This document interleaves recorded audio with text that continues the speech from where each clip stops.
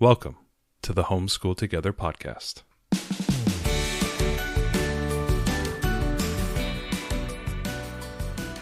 Where one working mom and a stay-at-home dad help you navigate the nuts and bolts of the growing and dynamic world of homeschooling.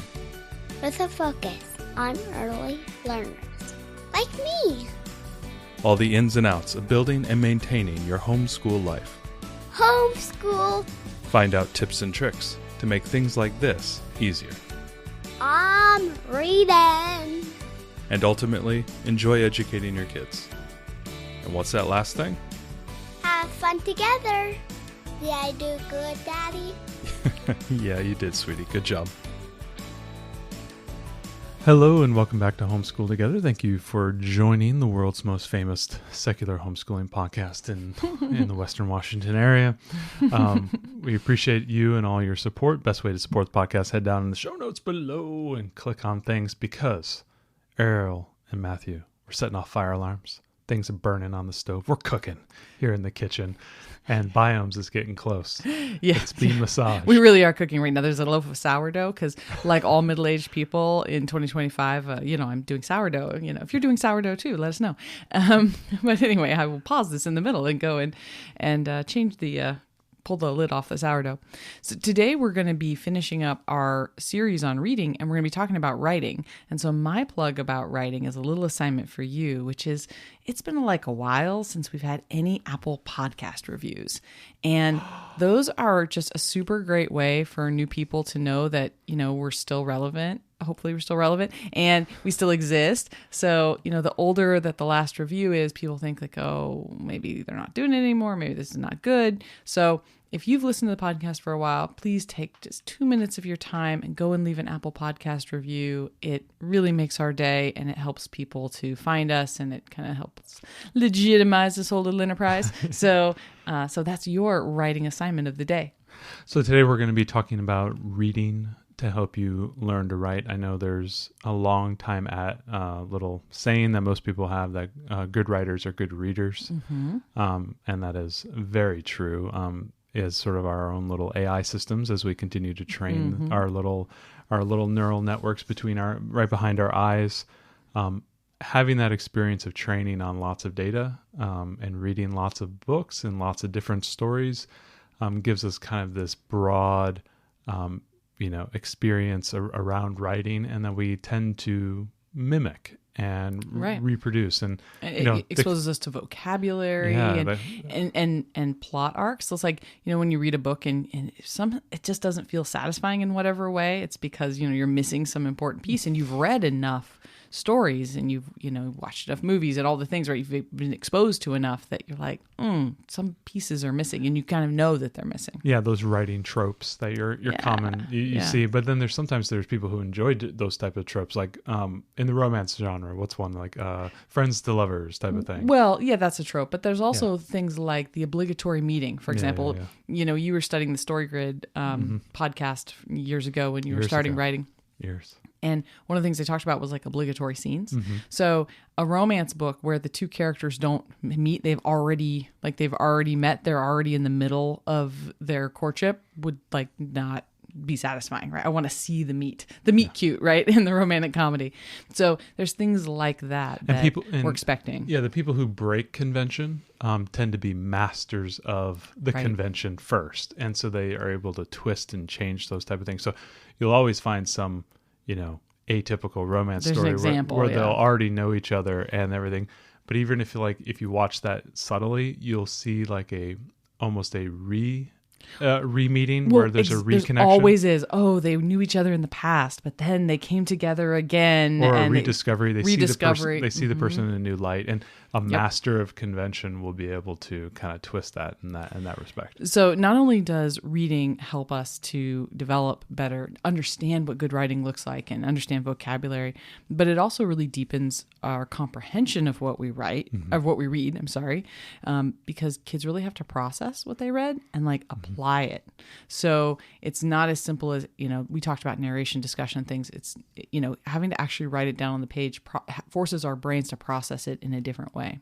Yeah, and it basically moves the kids from consuming to active engagement. I always like that idea that we're we're listening to something, but now you're actively engaging in it. You're having to think about it. You're having to analyze it, using all the skills that we've pulled from the last few episodes and now starting to put that into the written word, which can be slow. It's a slow process because we're writing, we're thinking, some kids are phonetically spelling out words still, and having to keep all of those skills in your head can be very daunting for students. Yeah, absolutely. So we're just going to start here talking a little bit about building comprehension. So we talked about processing. It also forces our readers to slow down, reflect, organize their thoughts, right? You talked about being active. It also helps us to identify, what they truly understood versus what they just kind of skimmed over. We have a skimmer.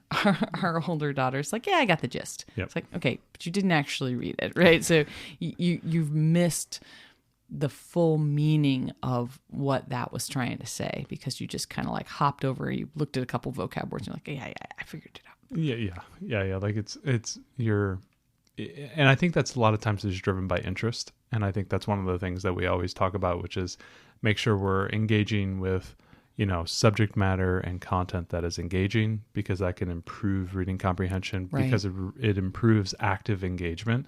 When our learners are sitting there in that moment, doing something that they enjoy or are interested in, is a great way for us to, have them meet us halfway, right? It's not what's that scene in Hitch where it's like, come 90, you come 90, I'll come 10. I don't remember that scene where like Will Smith is like trying to convince, Kevin James, how to like impress the girl and stuff like that. And it's like, we want our students to try to meet us halfway in this respect. So like, and one of the ways is to do that is to entice them with content that they enjoy and books that they love and genres that they enjoy.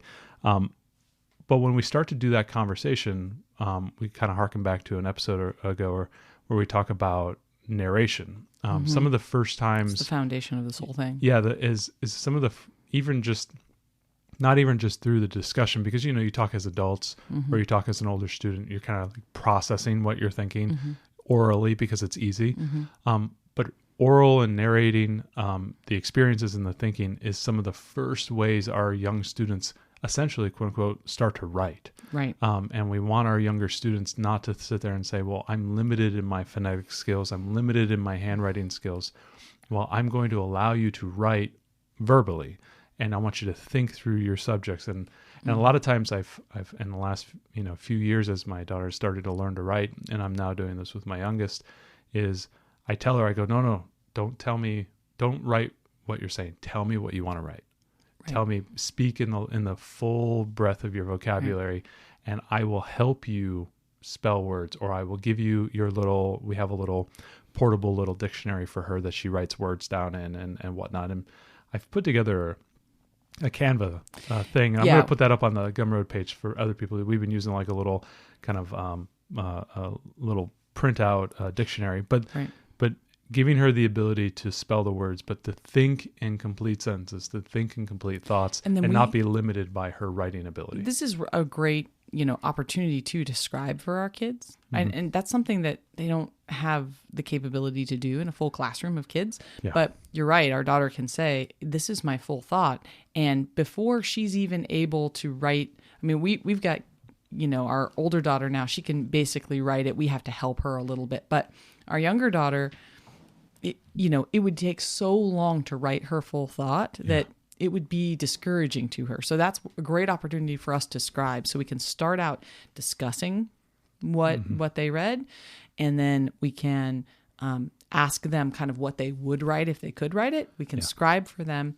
And then I wanted to kind of touch on this sentence stems, which is something that you learned about in your master's, which is a great way. Sometimes we tell the kids like, okay, well, why don't you write a little bit about what you read or whatever? And they're like, I don't know what to write. This gives a great like springboard for that. There's the way you approach the writing, whether it's a sentence or a paragraph or an essay, it is very hard to, we always say the blinking cursor is one of the most deadly things for a writer, right? Or a blank page is the most scariest thing. And that's true. And it's true not only for younger writers, but also for older writers. Like if I'm starting a new story or something like that, I'm writing a short story, you just open up, the Word document and it's a blank page for you, right? one of the best ways to get around that is to start writing little things and organizing your thoughts. And so there are ways and methods that a lot of educators, they used in order to help students do this. And one of the hardest things for students to do at the beginning is, how do I craft that sentence? How do I start that sentence? How do I organize that sentence? What's the best way you end up seeing your young writer essentially writing the same sentence over and over again. Yeah. George went to the blah, blah, blah. There's no creativity in the sentence. Why? Because they haven't seen different ways to start sentences, the different ways to present, in a creative manner, the words to then make that sentence appealing. Like, they think a lot of times that it's almost like Lego bricks. I'm just putting my Legos in place. Grammatically, it kind of sounds correct. I made an issue over here with the verb tense and whatever, but it's, that's my thing. They don't see that the language can be used to appeal to the reader, right? And that's where the creativity in the words and the way we structure the sentence. Sometimes we want to start with a clause, or maybe sometimes we want to end with a clause. We want to tease the reader. Here's the information. Oh, but it's a twist here at the end. Those are very difficult and abstract ways of thinking. And one of the ways they do this is to give students sentence stems. So these are basically the beginning of a sentence. That can be a creative way, a different way of giving that information. And you'll see young writers who maybe are in second grade or third grade see a sentence stem and they go, I immediately know how to use this. They may never have been able to write that sentence stem, that first part of the sentence. They just want to do subject, verb, object, right? All these types of things. But if you give them a nice sentence stem that pertains to the topic, they can all of a sudden fill in the rest of that sentence with the information that they've learned in what they've read, or information that they understand with the reading, and then they build out that wonderful sentence. Now, where that gets a little bit more complicated, and this is kind of the stage I'm in now, where I want my reader to take and organize her thoughts, and it can't be just done in one sentence. It has to be 2, 3, 4 sentences. We're starting to think about paragraphs. How do I put my main topic here? How do I then support that topic? How do I then close out that statement in a paragraph form? You're going to need to use sentence stems to help guide your learner through those. Sentence stems are really wonderful. Another thing to do as well is to add vocabulary words. You'll see this in worksheets very often if you get them printed off on like Teachers Pay Teachers and stuff like that. If you're looking for something to do in a writing activity or whatnot, you'll see vocabulary words listed at the top. You'll see sentence stems added as well, and then you'll see the writing section, and they'll pertain to some reading that you'll have done. I've also seen teachers say, well, if you don't know the words or you don't know how to spell the words, but you can draw it, you can put that as well. So you'll see a weird kind of hieroglyphic style of writing where they'll have words that they know how to write. They'll put a picture of the thing that they read, like a bridge. They don't know how to spell bridge, or they're afraid to spell bridge. So they can draw the bridge, and then they can continue on. And I've seen kind of an amalgamation of those type of things when they're young and learning how to do these types of things. So sentence stems, vocabulary words, drawing pictures, orally speaking things.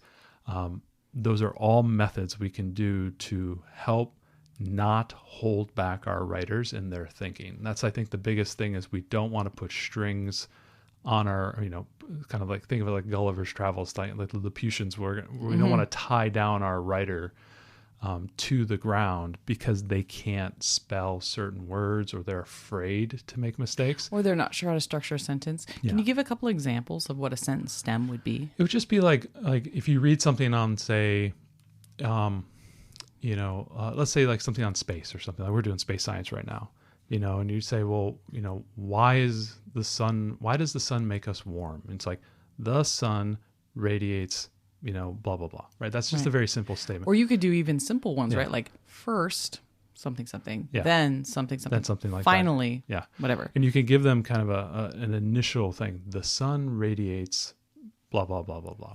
Or the cloud, why is the sky blue, or that type of thing. And you say, well, the atmosphere reflects. What does it reflect? It reflects light in different spectrums, right? So you can give them those initial stems where they may pull a word or two from what they've read to help them start those things. And what I always say is, you may start off, obviously, writing is a gradient, right? It's something that's evolving. It's it's gradually changing over time, And you're going to use different skills along that path.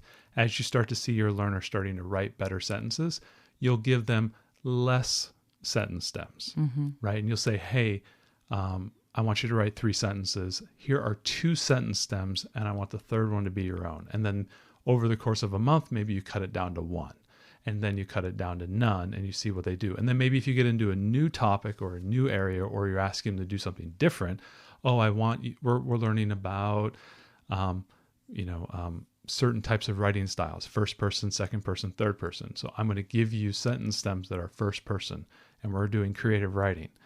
And it's, I did this, and I heard this person saying these things, and it affected me, like having sentence stems that help them with that style of writing. And then you can start saying, well, here's second person and third person. If it's something new, then you give them new sentence stems. Oh, they're really good at writing, a couple sentences about nonfiction stuff over here, but we're doing something new. I'm going to give you new sentence stems, because this may be a new kind of, ribbon or a difference that that you haven't seen before. And I want to help you understand what is kind of expected there. And then we're going to read more and more text, or more and more sentences, or more and more paragraphs. And then you're going to learn through reading what is expected in these types of states. So these little skills that we can do are to help alleviate the fear and the uncertainty and doubt that creeps into our students' heads, that will restrict their writing ability, because inside their minds, if they feel like a caged animal, because they have so much more potential. They can speak in full sentences. They have really complex thoughts. They can analyze things. We've all been doing narration. We've been asking questions. We're doing all these types of things. They are very, very, in some respect, advanced for their oral ability of speaking, but the writing is kind of restricted, because we have all these rules, and we have phonetics, and we have to write things that are not, and we have to organize those things, and it's slower, and our brains want to move faster, and it's a big problem. So we want to make sure we alleviate a lot of that bandwidth problem when it comes to writing. Well, and you talked about like going from sentence stems and kind of gradually increasing. That's also true as far as we start with retelling what we read, but then eventually we're going to move towards our more open-ended prompts, as it's not just, hey, what did you read? Regurgitate this for me. But now it's going to be take it here and launch. So that's our next section after I go and switch my sourdough. Doop, doop, doop, doop, doop, doop. Ariel, you can share with the people now. She's back here. That loaf looks beautiful. Through the magic of editing, we're doing the homemade tomato soup, roasted tomatoes, and homemade bread for grilled cheese. So it's tomato soup, grilled cheese sandwiches tonight. Right. Well, the little one grew me a whole basil plant. She has been tending it carefully, watering it every day so it doesn't die. And so, yes, I'm making a roasted tomato soup with basil. She hasn't let you. It took her a little bit to learn that you had to water the plant and the soil, but she thought the water came in through the leaves, and so she would be leaving. And then we had some raised beds that were kind of overgrown. I had some blackberries I had to cut down, but she was out there watering her blueberries, which were just blackberries, and they have the whole cane that was coming down, and she was sitting there watering the leaves. Like, you don't want to water that. The blueberries actually did come out. Blueberries did. But anyway, so it smells wonderful in here. I'll put the recipe down below. Yes, it's a really good recipe. So we talked about open-ended prompts, right? So now it's creative writing inspired by reading, which I think is just where we get to the real fun part of this, right? So a great way to start, because you could just say, oh yeah, write a story in this world, or write a fantasy story. But one of the easy ways to kind of help step our kids up is writing like alternate endings. It's a little bit like fan fiction. So our girls are, I don't know if your children are also into this, but our girls are very into K-pop Demon Hunters. K-pop Demon Hunters. They have watched it. I mean, they've watched it at both grandparents' houses, on sleepovers. They ask every kid that they meet, have you seen K-pop Demon Hunters? It's like it's the Frozen of our era right this minute. Right now. So anyways, they've been talking about like oh, well, what if this had happened instead? I mean, I can hear them talking to each other about this. And so something like that they really enjoy could be a great way. I mean, obviously you could start with a book and say, hey, but what if the ending was different? What if this had happened differently in this story? Then, kind of give them a springboard. I know that our oldest would probably have lots to say about differences, or, she's very into reading Babysitter's Club right now. Yep. We could start her out, well, what if Marianne was going to be going away to camp, but her friends couldn't go and they were upset and go? And she would probably write a whole story about it. Well, and really what is this activity? It's really, weaponizing essentially imaginative play, right? Yeah. So for like, what is it? Almost a decade now. She has been doing imaginative play with toys and other kids and her sister and Barbies and all this stuff. And all you're really doing is asking her to take those stories that she's already telling inside of her head with her toys or with her Legos and put that onto paper. Right. And I think we would all be very surprised. And I kind of wonder, I'll see if I can dig up any literature on this, but it does feel like, because we read so many stories, children engage with imaginative play, that kind of that gateway activity for a lot of our learners in their writing could be something along this lines, where you're doing alternate endings of stories that they really enjoy, writing from different characters' point of views, and actually doing like kind of a fan fiction route and creative fiction as kind of like the gateway to writing, because our students are so used to doing that. I mean, they spend so many hours a day imagining stories and telling funny things and playing Legos and doing Barbie stories and whatnot, when they're playing in the pool and they've got their Barbies out there, you can hear them doing all the voices. You can hear them, coming up with scenarios, or, somebody playing, a bunch of boys playing in the woods, and maybe they're having a mock shootout or something like that, or they're playing tag, and there's a whole world involved into that. And I kind of wonder if kind of creative writing might be that early writing activity that would engage a lot of our readers. Our writers, I know for my oldest, the most excited she gets when she's writing is when she does creative writing. When she's asked to write a short story, she will just go all out on that. And I'm kind of wondering if like that is the best way for some learners to use creative writing in this way to help. Well, they can tell their own story. Yeah. And we put her actually in a creative writing class this next year because we thought she would enjoy that and give her good opportunity. But initial way would be great, a different ending on one of their favorite books, or try telling this from a different character's perspective in something that you really like. Story mashups could also be really fun. I like that idea. So like, what if Charlotte from Charlotte's Web visited the 100-acre wood and visited Pooh and his friends? What would happen? You could do anything. I mean, our girls would probably be, what if K-pop Demon Hunters went and mashed up with, Ninja Turtles or something? But, you do your own thing. But that's kind of a fun one. This is all like the early tendrils of like what fan fiction would be, but it's kind of great. One of the things that I think is fun about fan fiction is that it involves characters they already know and love in a world that they are already very familiar with.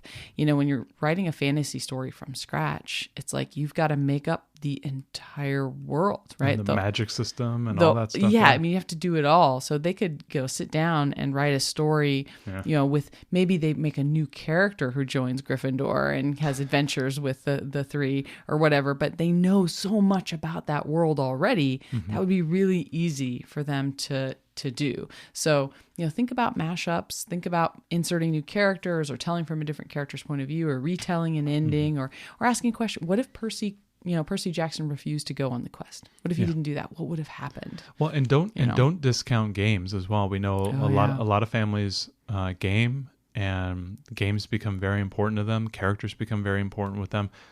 Using having students write based on the games that they enjoy. Like our oldest is playing, Roller Coaster Tycoon right now. Oh my gosh. Could you imagine if she starts, I'm going to give this a try. I'm going to ask her to write a short story about the Babysitters Club going to your Roller Coaster Tycoon park and tell me what happens. And I bet you her eyes are going to explode.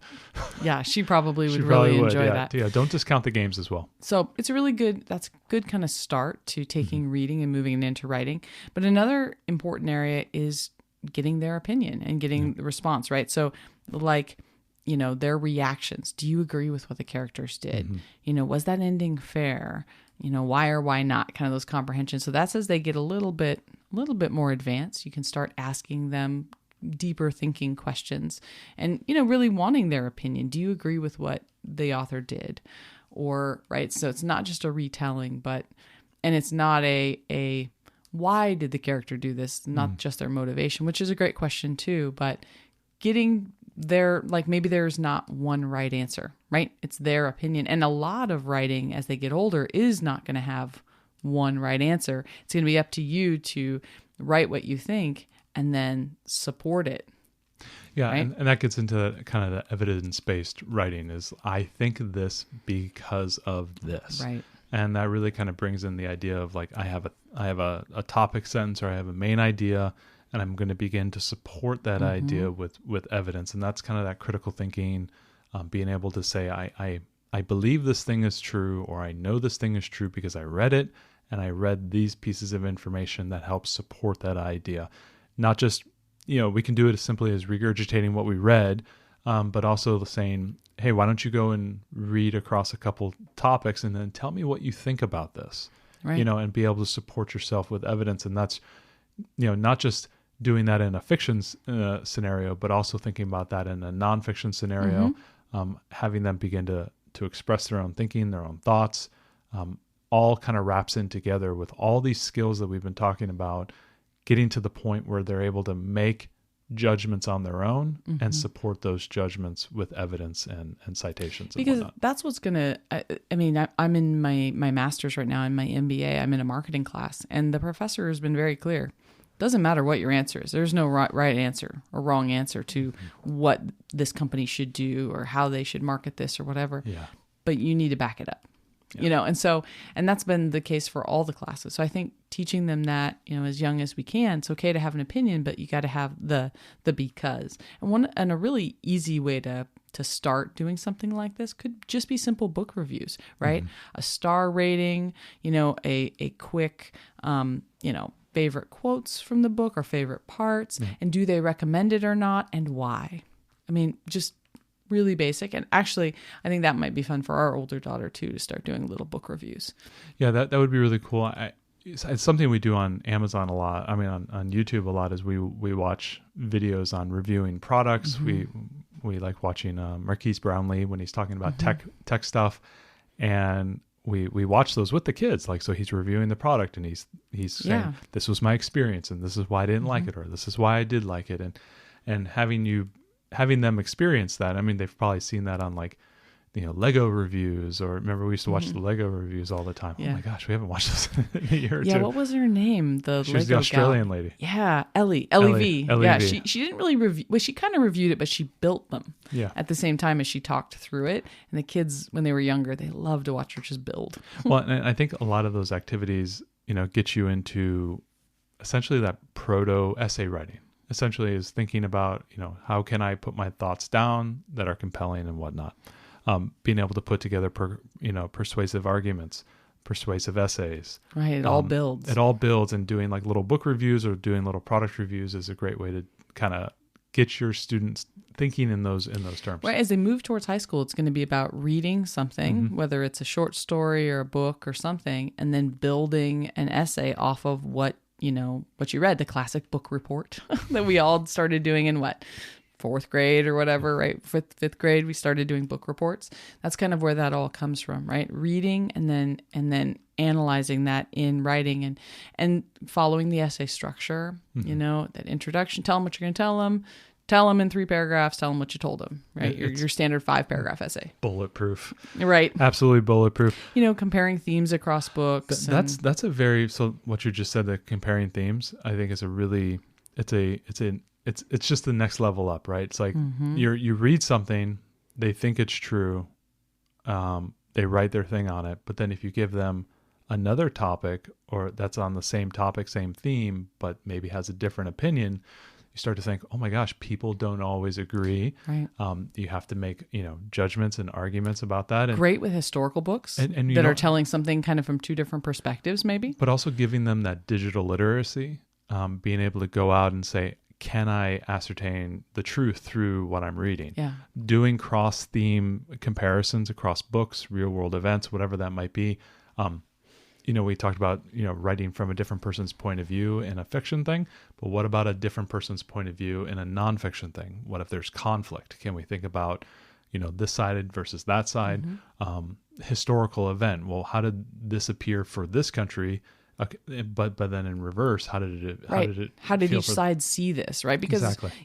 Rarely there's only been rarely is things just completely black and white, Yeah. right? It's always shades of gray. Yeah. There always is, and things are always much more complex. So I think it's really great to find ways. I mean, reading is just your just natural springboard into writing, whether it's nonfiction or creative writing. But overall, we don't want to put a lot of pressure on our kids. We talked about scribing for them, talked about some of the options of sentence stems and things.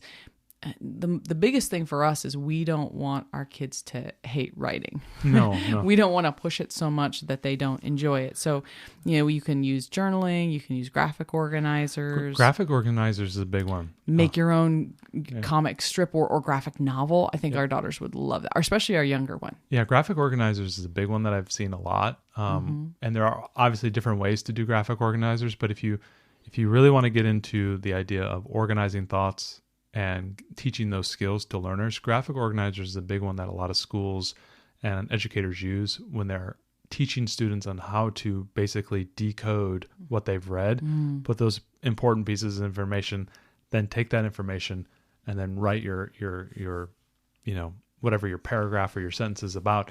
And really what the graphic organizers are doing is teaching you how to think, and how to organize ideas and pieces of information. We still use graphic organizers. Like when I had to do an exam for my schooling, I literally did graphic organizer stuff to organize my essay, right? Like, okay, here's the topic, put a couple lines out and here's my thing, here's some bullets. And it was all graphically organized and whatnot. And even all through my, a bunch of my classes and stuff, graphic organizers was a big thing because it kind of takes the abstract thinking that's inside your mind and starts to create a structure. And there's so many different types of graphic organizers that it fits into different ways of thinking. And so it can help students, especially if they're balancing a lot of ideas, gives them a way to put that information down on the ground. It's sort of like, it's the, it's the writing equivalent in math where we say, show your work. Yeah. Right. It's It's true. like, I have a thing in math that I always tell my daughter, I call it MIM, M-I-M, math in margins. You have the margins around the sheet, you have space. Do your math in the margins, right? Don't waste the margins. And I have a joke. We were watching some videos. I watched a podcast with this famous mathematician, Terrence Tao, and he was talking about prime numbers. And he made a mistake and said 9 was a prime number. He was just listing the prime numbers. And I was like, oh my gosh, he made a mistake. He's a super brilliant guy, right? And I said, even that's what we always joke with my daughter now, my oldest. I said, even Terrence Tao made a mistake. So do the math in the margins, right? Don't just try to wing it all the time, right? It's even great, smart people make mistakes. So in this case, graphic organizers are essentially the show your work in the math. So maybe you can find some examples and put in the show notes for people so they can see what they look like. The classic one is the, I think they call it the spider web. So it's like you got the bubble in the center, main idea, and then there's like lines coming out from it, and then there's bubbles around it. And so that's like, here's your main topic, and here are things that support that, right? That's a really great way to help them structure before they write, but also to help reluctant writers because it can see it a bit more visually. Yeah. So we hope this was helpful. Just, thinking about how reading and developing reading comprehension is going to go to the next natural evolution, which is writing. Yep. So this is it. This is the series. We're done with reading comprehension. I think we were comprehensive. Yeah, we were very comprehensive. We talked about a lot of great stuff. I think this was a really cool episode. Even you have some recipes and you had some humor. I mean, this is a great episode. This is grade A 100%. It's so good. You should go leave a review on Amazon. on Apple Podcast. One day we'll have it. Well, maybe one day we'll have an Amazon book. Maybe someday we'll write a book. Yeah. Thanks so much for joining us today and making us a part of your homeschool journey. Please engage with us on social media. Join our Homeschool Together podcast group on Facebook and find us at Homeschool Together Podcast on Instagram. We'd love to hear your feedback, questions, and recommendations. Until next time. Happy homeschooling!